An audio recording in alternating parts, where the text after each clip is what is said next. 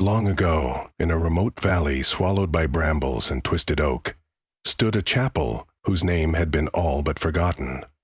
Its roof had collapsed under the weight of centuries, and its once pious walls had eroded into a husk of forlorn masonry. A single high tower remained improbably intact, leaning slightly to one side, as though it might be toppled by the next heavy gust of wind. Within that tower, hidden behind blocks of blackened stone, hung a bell crafted from gruesome material. Human bones fused together by some enigmatic, unholy process. When the wind died and night fell heavy, the bell would begin a slow, mournful tolling. And with each terrible ring, a plague of winged spirits, shaped like ravenous locusts, would fly forth, like the swirling ghosts of all who had perished within. I first learned of the bell's existence by pure mischance. A traveling minstrel, half drunk and animated by terror, told me vague rumors of an accursed tower in a dead forest. A tower containing a bell not forged of metal, but of skull fragments, femurs, and grinning jaws. Laughing at the minstrel, who insisted the bell's tolling aroused beasts from the shadows, I dismissed it as a childish tale or a metaphor for ill omen, but the minstrel's eyes, ringed with sleeplessness, conveyed an earnest dread, and my curiosity, once piqued, could not be so easily stilled. I decided to investigate this uncanny claim for myself. Leaving my comfortable home well behind, I traveled on foot across disused roads. Each mile took me deeper into a landscape that seemed to acquiesce to death. The trees, once green, had withered to husks of black bark, their branches contorted like skeletal fingers. The path dissolved into a confusion of exposed roots and sinkholes, compelling me to navigate carefully as dusk descended. My first sight of the ruined chapel was bathed in the sickly glow of twilight. No birds dared perch on the sagging walls, and no breeze rustled through the lifeless brush. Instead, an eerie hush clung to the structure. The caretaker's cottage, which must have once been adjacent, was reduced to an ash heap of rotted planks, leaving only the church's leaning tower in sinister silhouette. The windows were empty, revealing only a hint of the darkness inside. I entered through the crumbled archway that used to serve as the chapel's main door. Pieces of rococo plaster lay scattered against fallen beams. My footfalls filled the hushed interior with skeletal echo, and ahead, what survived of the nave exposed patches of broken pews, long devoured by insects and left to rot. At the far end stood the partial remains of the altar, a block of algae, spotted stone, topped by a fragment of what might have been a candelabra. Hanging from a rusted chain in the adjacent tower was the very thing I had come to see: the bone bell. Eye sockets from skull fragments formed an unholy crown above. Spines and ribs fused to create the curved shell. Femurs shaped the clapper within. The craftsmanship was unspeakably skillful, as if some ancient artisan had labored with surgical precision to whip up the worst possible blasphemy. Approaching the tower, I was overwhelmed by an oppressive ambience, as if shadows had gathered in secret to watch. The air was stale and heavy, laced with the tang of mold and old death. My intent was to study the item, perhaps to take sketches and notes, then depart before nightfall. But an irresistible fascination crept over me. Despite the swirling dread gnawing my belly, I felt drawn to the bell's icy surface. I wanted to know who had made it, and why. My mind raced with questions. Was it some lonely necromancer's experiment, or a vengeful priest's final retaliation against an unfaithful congregation? At that moment, I found myself standing directly beneath the white curve of the grotesque bell. I raised a fingertip to the lower ridge of bone. An electric shudder ran through my arm, as if I had poked a living nerve. I recoiled, but curiosity lured me back. Slowly, I placed my hand on the surface and felt the chill of the polished bone. Unbidden, a flood of images flashed in my mind. A horde of cloaked figures chanting, a swirling blackness, a mosaic of screaming faces. My chest constricted. The chapel seemed to edge closer around me. I jerked my hand away and stepped back. silence thickened. Outside, dusk was rapidly succumbing to night. My foot caught on a loose stone and I stumbled. The chain of the bell jangled lightly, but that faint sound was enough to send a pang through my thoughts. The hush deepened, pregnant with an unspoken warning. Against my better judgment, I climbed the narrow spiral steps that led to the bell chamber high in the tower. The mortar in the steps was crumbling, and on more than one occasion I nearly slipped to my doom. Yet I persisted, compelled by some intangible magnetism. Finally, I emerged onto a small ledge that circled the inside of the tower. There the bell hung, but a hand's reach away. The entire interior of the tower spread out below me, bits of moonlight filtering in through broken roof tiles. My heart hammered. I did not know if I was consumed for knowledge or if I had simply lost my senses. But I grasped the chain. Perhaps I wished to see if the stories were true. Perhaps I could not resist a drive to test the human limit, peering beyond the veil. With one trembling arm, I pulled. The clapper of femur struck the bell with a single hollow note that resonated through my bones. The tower vibrated in dissonant harmony, sending dust and tiny bits of grime raining from the walls. That ring, dreadful in its swarming echo, was like a soul's groan. The hair on my neck prickled, and I staggered backward. Somewhere in the night, a sound answered. At first I thought it might be a stirring wind, but it quickly sharpened into a rasping, massed drone. As I descended the stairs in a panic, I glanced out a small, shattered window. Against the moon's faint glow, I glimpsed something swirling, a thickening cloud of small. They tumbled in the air like an unholy vortex, moving with purposeful hunger. My heart seized when I realized that they were not mere insects. They chittered like locusts, but radiated an intangible aura that set my teeth on edge. Their eyes glowed with a greenish luminescence, and their membranous wings glistened with the faint sheen of something unclean. I leapt the final 3 steps, nearly twisting my ankle as I landed among the debris. The black swarm, visible through the collapsed roof, advanced. The spirit locust spiraled downward, rustling with a brittle chorus that scratched at my ears. Their presence weighed on my mind with dreadful oppression, and just as I bolted for the chapel's exit, they poured in through the crumbling windows. The moment they entered, an impossible wind swirled within the chapel. They seemed to multiply in the swirling gloom. I kept my face shielded with my arms, stumbling toward the broken archway. Something struck my coat, a chittering shape that latched onto me with only ephemeral solidity. Where its limbs touched me, an icy dread flashed through my body.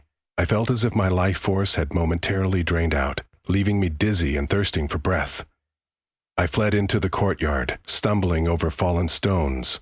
The swarm pursued, hovering just behind me, and I realized with horror that they were not done. A portion of them rattled around the tower, while another portion advanced across the courtyard, eventually blocking me from the decaying path I had traveled upon. I paused, gasping, as the whir of their wings coalesced into a frantic, discordant buzz.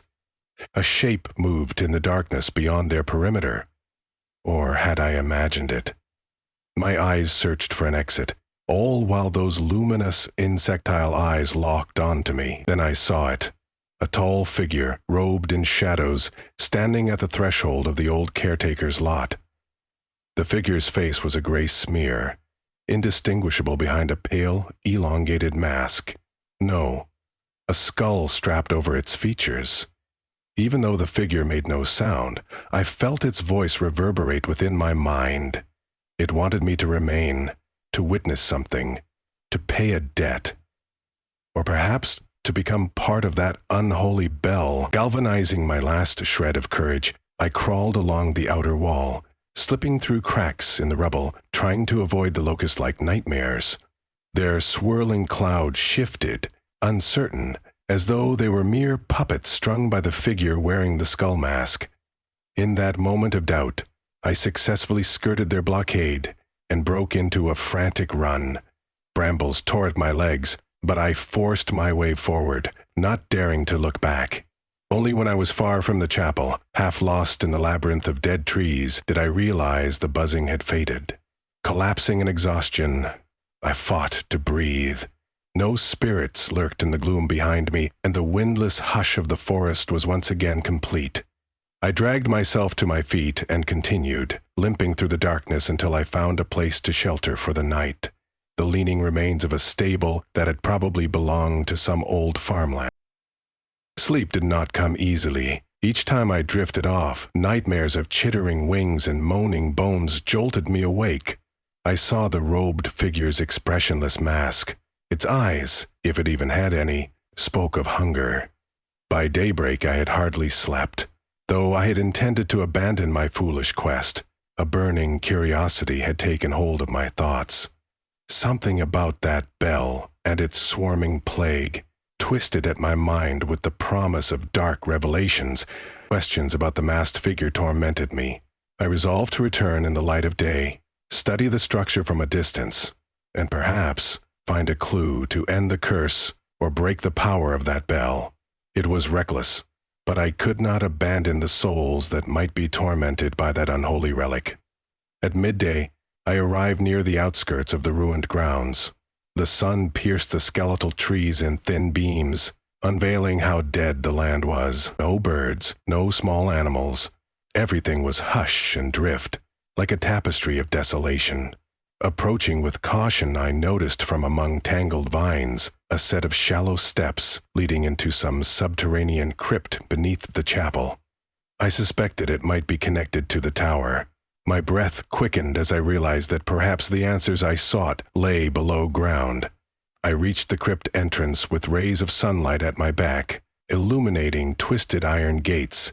They were left ajar, as if someone or something had recently passed through. The steps descended into a gloom thick with the smell of damp earth. My feet crunched over what felt like old leaves or perhaps brittle bones. Each descent sharpened my anticipation. I half expected to be attacked by the locust spirits at any moment. The crypt was a simple chamber of stone with arched ceilings.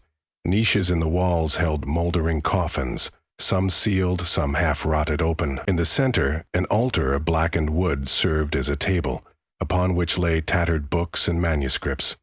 I moved closer, seeing pages covered in spidery Latin script. By the meager glow of my lantern, I made out references to an osculum pestis, the kiss of plague. It was described as a vile incantation that could be bound to an instrument of death. Notes in the margins spoke of chimes that opened the spirit realms, letting the devouring swarm pass freely. Another page referenced an eater of faith, detailing how the congregation's bones had been used to create the bell after they succumbed to a devastating pestilence. Sickened, I flipped through the torn pages. A scribble recounted how the officiating priest, driven mad by the loss of his parishioners, had defied sacred law and performed a necromantic ritual. He had fused their bones into a single shape, a bell that, when tolled, would avenge their suffering. The plague, once mortal, was transformed into a spiritual swarm that would descend upon the living. The final entry ended abruptly. "We are lost. The bell tolls of its own accord now. The plague devours everything, body, soul, even memory." A flutter of movement in the corner of my vision made me spin, lantern raised. No spirits lurked, but a faint scraping sound drew my attention to a side corridor, unlit and narrow. I held my breath and pressed on. The corridor was lined with more recesses holding tattered remains of ancient clergy. At the far end, a door hung on broken hinges. Past it, a row of battered candelabras led the way to a smaller chamber. Stepping inside, I saw the masked figure standing by another stone altar. My lantern flickered, revealing that the figure was clad in a dark, disintegrating robe. The skull mask glowed with an unnatural luminosity, as though lit from within by ghostly flames. I froze in place, heart thrumming. A voice, hollow and reverberating, seemed to bypass my ears and speak directly in my mind. "Why do you intrude upon our domain?" Struggling for composure, I asked, "Who are you?" "We," are the warden of the plague," it replied. "We safeguard the cursed toll, ensuring the faithful remain in servitude. All who enter this place must serve the bell." A wave of cold fear gripped me. "I want to end this, free the souls trapped here, break the power of that bell." A soft rasp escaped the figure. Laughter? Mockery? "The bell's power is older than you can conceive. Its curse grows stronger with every toll. Those who attempt to end it feed its hunger." Desperate, I steeled myself. "I don't believe you. There must be a way." The figure's silhouette rippled, then advanced. "You are free to try, but you will pay in blood and spirit, mortal. Go ahead. Strike the bell as many times as you like. Summon the plague. If you cannot endure it, your bones shall join the chorus." I felt the weight of doom in those words. The robed form receded into a swirl of shadows, leaving me alone in the flickering gloom. For some time I did not move, still anticipating an ambush that never came. Eventually, my trembling subsided, and I found myself returning to the chapel above, guided by a singular determination. If there was an end to the bell's power, it might lie in confronting the plague directly, perhaps destroying the bell. It was full dusk again when I emerged. The sky had turned a purple so deep it was nearly black. The chapel walls loomed. Precarious as always, the tower overshadowed me like a sentinel of hopelessness. Yet I advanced and re-entered. The bell awaited in the gloom overhead, silent and menacing. Dust motes drifted in the musty air. I approached the altar and found a pair of rusted candelabras on the floor. With a mighty heave, I dragged one over to the tower's interior. My plan was risky. If I could topple the bell, break it on the stone floor, perhaps the enchantment would shatter. I jammed the candelabra underneath the bell, trying to wedge the chain free from its mooring. But the chain was thick, and the bell itself scarcely budged. Each time I breathed, my heart hammered with the knowledge that I might awaken the swarm again. Trembling, I reached for the chain, hauling down with my full weight. The chain groaned. The bone bell swung, striking the candelabra, producing a chilling half-note that reverberated through every nerve in my body. The dust in the rafters vibrated, and a swirling wind began to gust through the chapel's interior. My mouth went dry. I had told it once more. Like a thunderstorm of wings they descended. The locust spirit plague roiled through the shattered windows, swirling downward into the chapel. I kept trying to pull the chain, ignoring the stings of panic. The chain gave with a sudden snap, sending me tumbling onto my back. The bell swung wildly, colliding with the stone wall. A hairline crack spread across the largest bone plate, and I dared to hope that success was near. But the locusts raged around me. Their orderless shriek built into a nerve-shredding crescendo. They pressed close, spectral legs scraping against my arms and neck, draining warmth from my skin. My vision blurred. I felt my strength falter like a guttering candle flame. Something forced its way into my mind, forcing me to see glimpses of anguish. Whispers told me to yield. I clenched my teeth and forced my trembling arms to continue pulling at the chain. With the next violent swing, the bell collided with the wall. The crack expanded, and shards of bone rained onto the ground. The plague tightened around me in a vortex of black shapes, each set of glowing eyes flickering with alien malice. I was battered by waves of supernatural cold, battered by their cacophony. But in that moment, I recalled the warden's words. "If you cannot endure it, your bones shall join the chorus." Rage galvanizing me, I howled into the chaos. I gripped the chain with the last of my strength and yanked backward, letting gravity and desperation do the work. The top of the tower trembled. Rocks began to shift.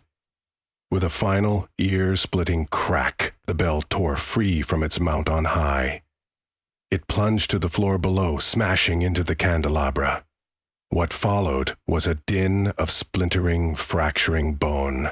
A jolt of supernatural force rippled outward. The swirling plague scattered into confused eddies. The bell had shattered into a dozen shards, each made of the remains of the chapel's congregation. For a moment, all was still. Then a cry, like the lament of 1,000 souls, filled the chapel.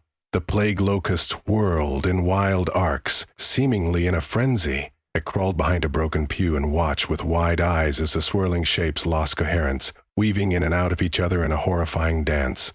A light flickered among the swirling shapes, livid green turning to ethereal white.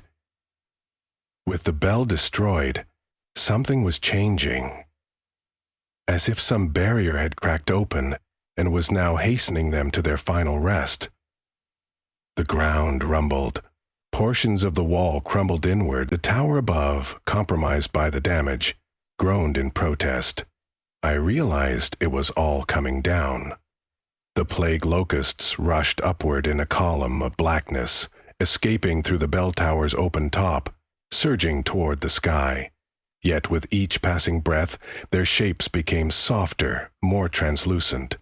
One by one, they flickered like candles in the wind and dissolved under the moon's pale light souls, departing the mortal plane at last, and dared to believe that maybe the congregation had found release. Weak and bleeding from cuts and scrapes, I forced myself to my feet. The warden was nowhere in sight, but a chill presence lingered. I made my way across the rubble to the tower's entrance, swaying from exhaustion. Outside, the valley was eerily silent. No flight of black wings, only the failing echo of the final lament.